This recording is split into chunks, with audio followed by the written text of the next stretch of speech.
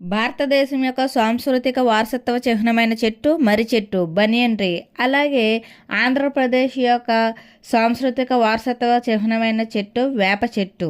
చెట్ల గురించి ఇప్పుడు ఎందుకు అని అనుకుంటున్నారు కదా.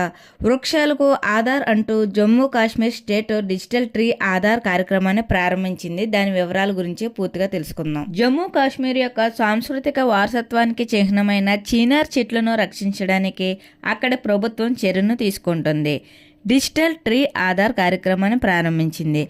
ఇందులో భాగంగా ప్రతి చెట్టును జియో ట్యాగింగ్ చేసి క్యూఆర్ కోడ్ను కేటాయిస్తారు. వీటి సహాయంతో ఆ వృక్షం ఉన్న నిర్దిష్ట ప్రాంతం, పెరుగుదల క్రమం, ఆరోగ్య స్థితి మొదలైన వాటిని తెలుసుకుంటారు. ప్రస్తుతం పట్టణీకరణ, అడవుల ఆక్రమణ వలన ఈ చీనార్ వృక్షాల ఉనికి ప్రశ్నార్థంగా మారుతుంది. దీంతో వీటిని రక్షించడానికి జమ్మూ కాశ్మీర్ అటవీ శాఖ ఫారెస్ట్ రీసెర్చ్ ఇన్స్టిట్యూట్ సంస్థ ట్రీ ఆధార్తో ముందుకొచ్చింది. ప్రస్తుతం 28,500 చీనార్ వృక్షాలను ఉన్నాయని వాటి వివరాలు గుర్తించారు.